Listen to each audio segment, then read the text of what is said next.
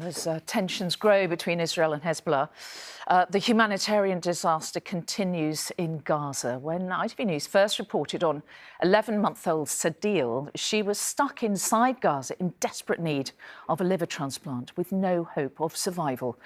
But thanks to the help of the British charity Children Not Numbers and an Israeli human rights organisation, she is now recovering from a liver transplant in Egypt.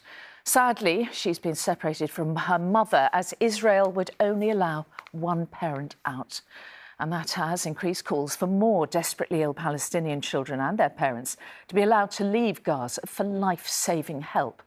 A warning, by the way, this special report from our correspondent Rachel Younger has images of Sadeel's condition, which you may well find distressing. There can't be many lonelier sights. A tiny child in a bed meant for soldiers. About to be taken for an operation, she'll need to battle through alone. No parents here to stroke Sadeel's hand before she goes. Up till now, her father's barely left his daughter, her treatment taking place at this Egyptian military hospital, after months of work and fundraising by the British-run charity called Children Not Numbers. But to survive, Sadeel needs a liver transplant from him, and he's been dreading this moment. I'm the donor, and I really I can't feel that I care wasting after the operation. Sadeel wants her mom to care here, and me too also. Her mum's had to stay in Gaza, so in Egypt her father's readied for surgery, forced to leave his daughter with no one, just when she's most in need. That's Sadeel's big sister Ilham. You can hear singing to her on a family FaceTime from Gaza.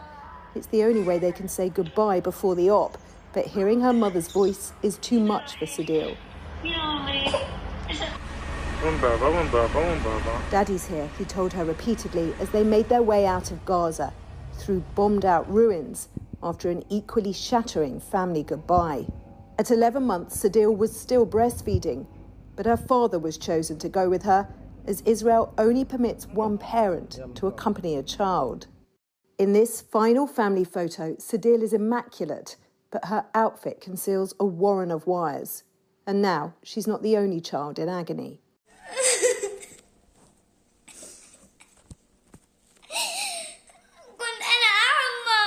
Sadeel's sick, so they're away in Egypt, cries her sister.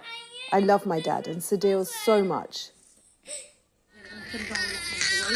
It was early June when we first showed you these pictures of Sadeel, a little girl who was diagnosed with cirrhosis weeks into the war and whose life without a transplant was being measured in days.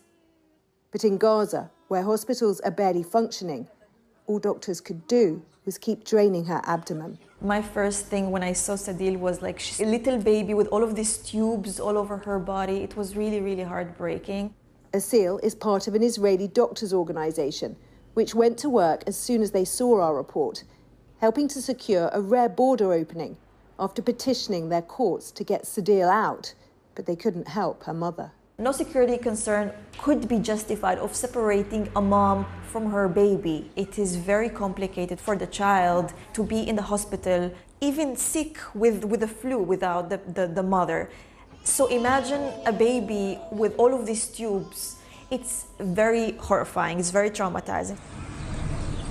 Here we have Sadeel and her mom. Having seen her youngest child through so much since October, Huda can only dream of holding her now. And her face covering can't hide her tears. My fingers miss touching your cheeks, my little baby, she says. I used to whisper in your ear, I love you, Sadeel.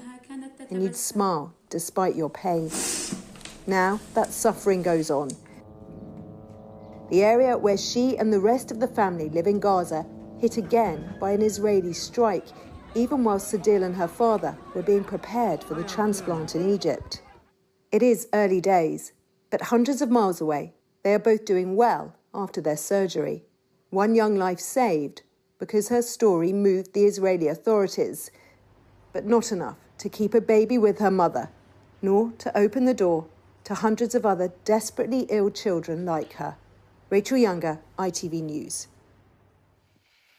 Well, in response, Israeli authorities say, as part of humanitarian efforts, the government is exploring options to evacuate patients with complex medical conditions subject to security checks.